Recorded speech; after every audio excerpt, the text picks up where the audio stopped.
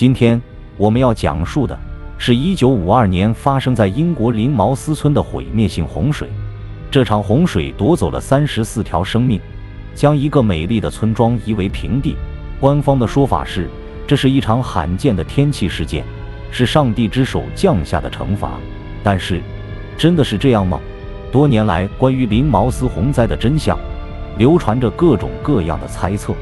有人说，这是一场自然灾害，纯粹是天意弄人；也有人说，洪灾背后隐藏着一个黑暗的秘密。英国空军的人工降雨实验，英国空军的积云行动，是一系列旨在控制天气的秘密实验。